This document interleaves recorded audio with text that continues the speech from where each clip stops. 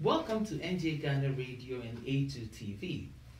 This is in times like these, and I am Nana Boatin. This month is Caregivers Month, and we're going to dedicate the month to people who care for their loved ones who are living with disability. I have this evening Miss Anissa Suknan. She is the owner of Nikki's Delight, a restaurant, and also a primary caregiver of her own child. Anissa, welcome to In Times Like These. We are going to take a short break and we'll be right back.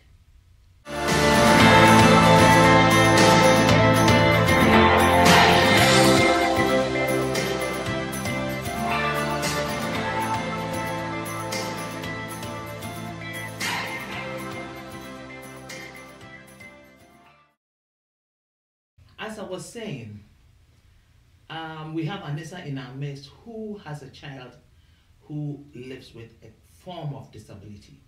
Disability comes in a whole lot of forms. We have mental disability, physical disability, people who have issues with their eyes, their hearing. So it's a whole broad subject. But tonight we're going to bring it down to just a person who has to live by being hooked on machines. The person breathes with a ventilator, has a feeding tube, things happen in life. So we're going to find out some of her stresses, some of her moments of triumph, and what she does in between. Welcome once again, Miss Anissa Suknan.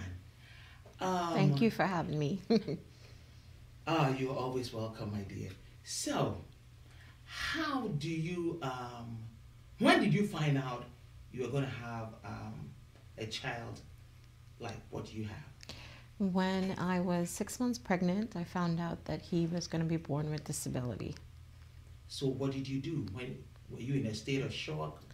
It was a state of shock, but then eventually you just mentally kick in and start doing what you have to do and just keep going. And until he's born, then you start, then so, you just kick in. It just kicks in the whatever. Monthly. Yeah, you go in for your weekly checkup. It was weekly that I had to go in to monitor him to make sure everything was okay.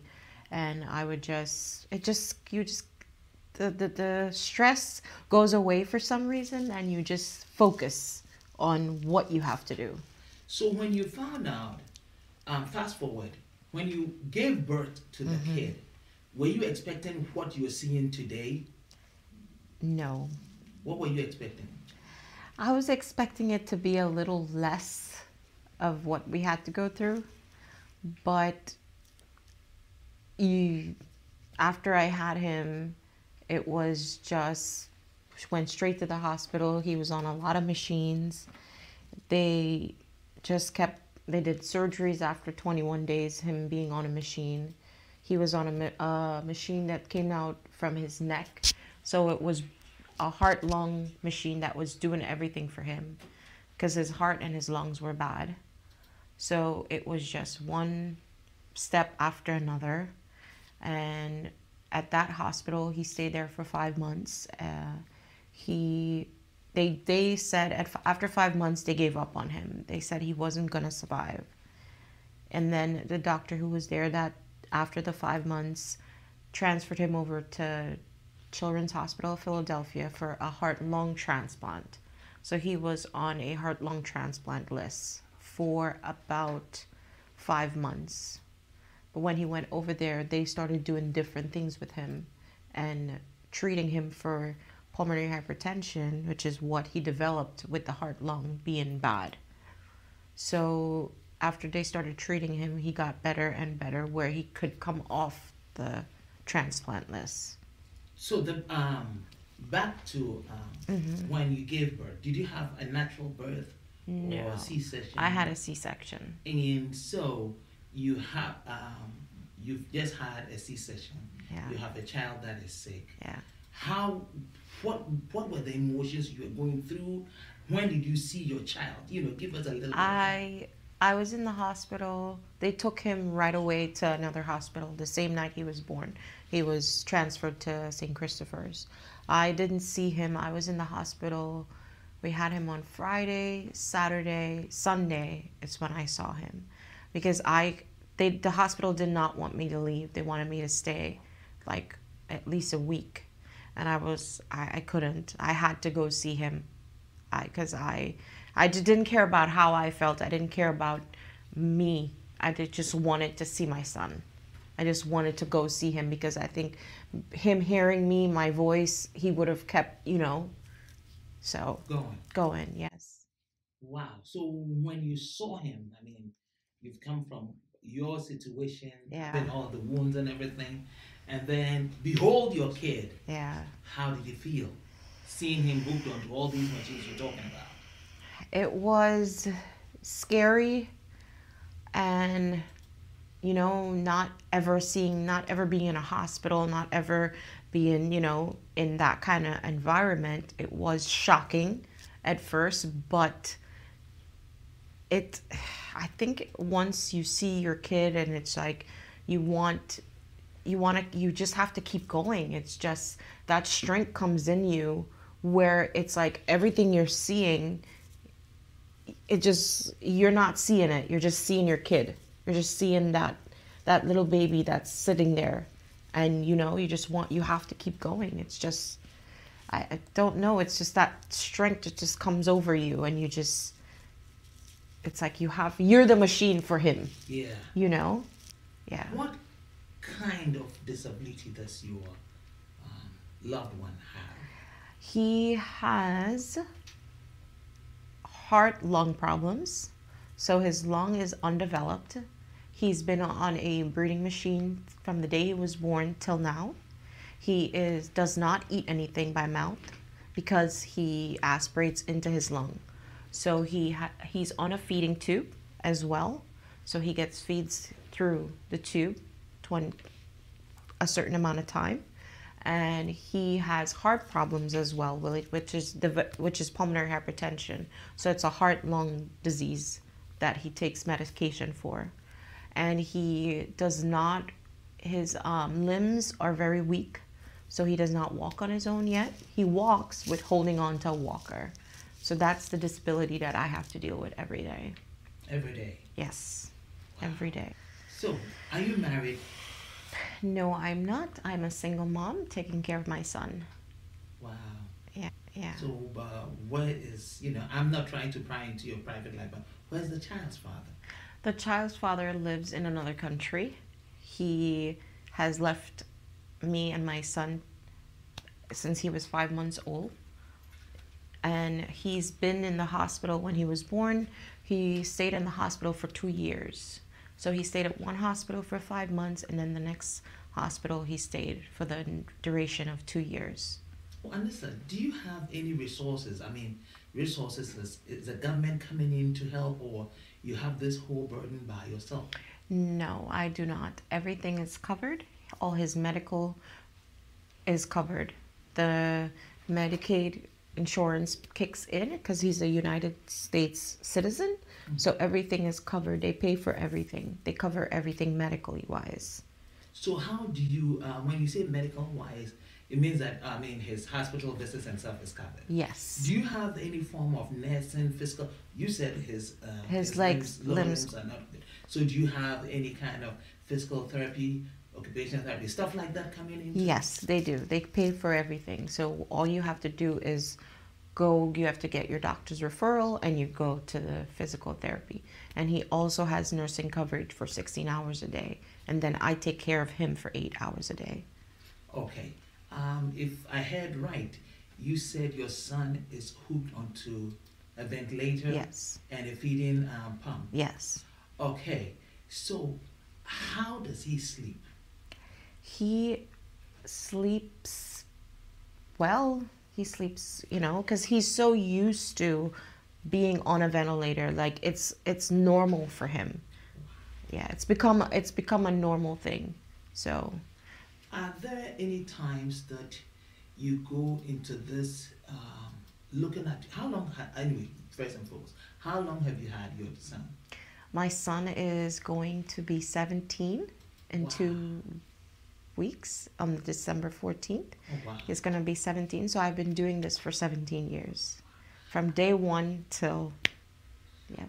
Wow, I feel for you. So, what are some of the things that when you look at your son, what do you see? Like, has he got a future to become an astronaut? You know, something like that. He is not going to be an astronaut, but he's very smart. He talks. He can relate to you. He will, if he needs anything, he can tell you, this is what I need. He is a joyful, happy kid. He's not, he just enjoys his life. He doesn't, and when I look at him, I am happy that he's just even here with me today, because they said he wasn't even going to live past 5 years, and it's going to be 17. Wow, that's a miracle. Yes. Wow. We sure are going to take a short break. It's getting interesting, and we'll be back.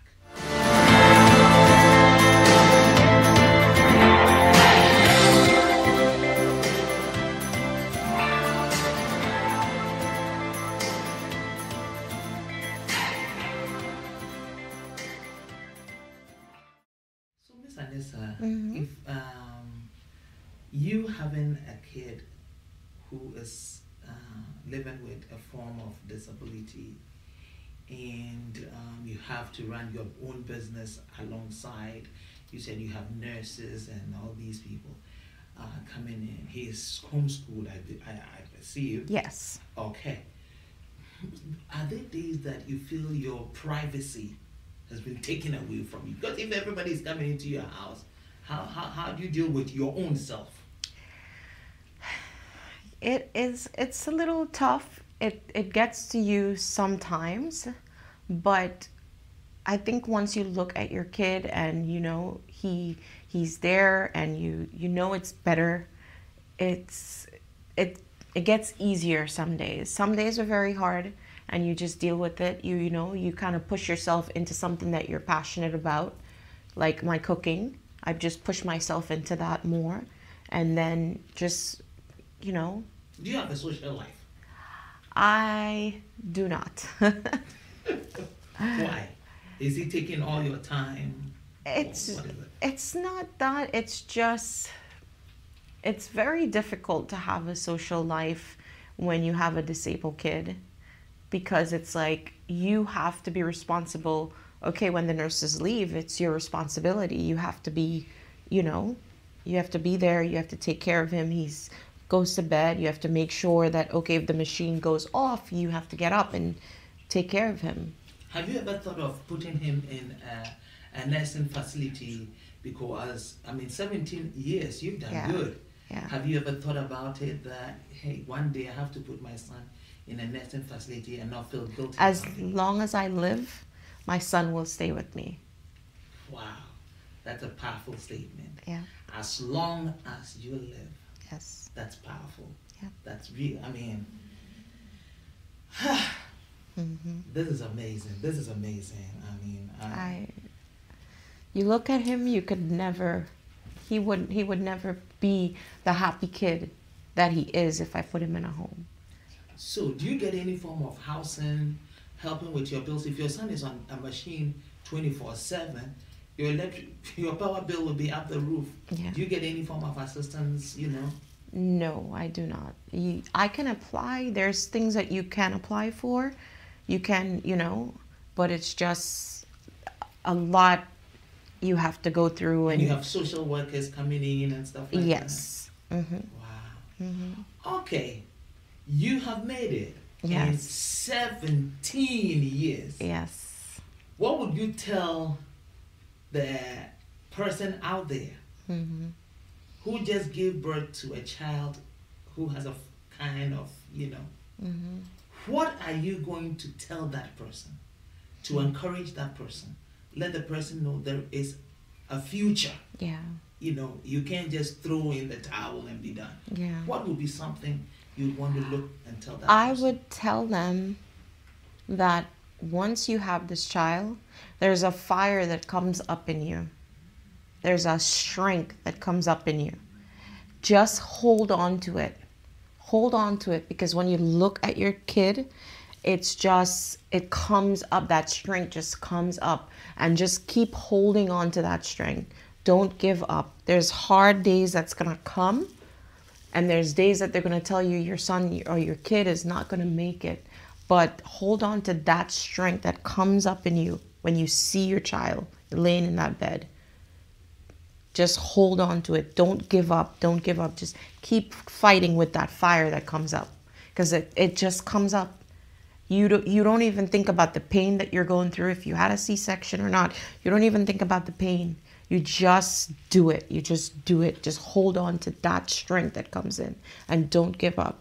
Don't give up on your kid. Just keep looking at your kid and just talk to them. Talk to them. That's what I did in the hospital when he was there. I would go sit by his bed and just talk in his ear. Talk in his ear. Just give him a nickname. Give the kid a nickname. Give your daughter a nickname. I used to call him Baby Bear. I'm like, Baby Bear, you have to keep fighting. You have to keep fighting. You have to keep fighting. That's all I would say to him. Baby Bear, you have to keep fighting. You have to keep fighting. Yeah. Wow. Mm-hmm. What a day. Once again, we are at the end of our program in times like these, and you're watching A2 TV. Anissa Suknan was our guest, and she's told us how to fight. Mothers fight. Mm-hmm. Fathers fight. We'll catch you same time next Saturday, 6 p.m. in times like these. And I am Nana Watson. Fight.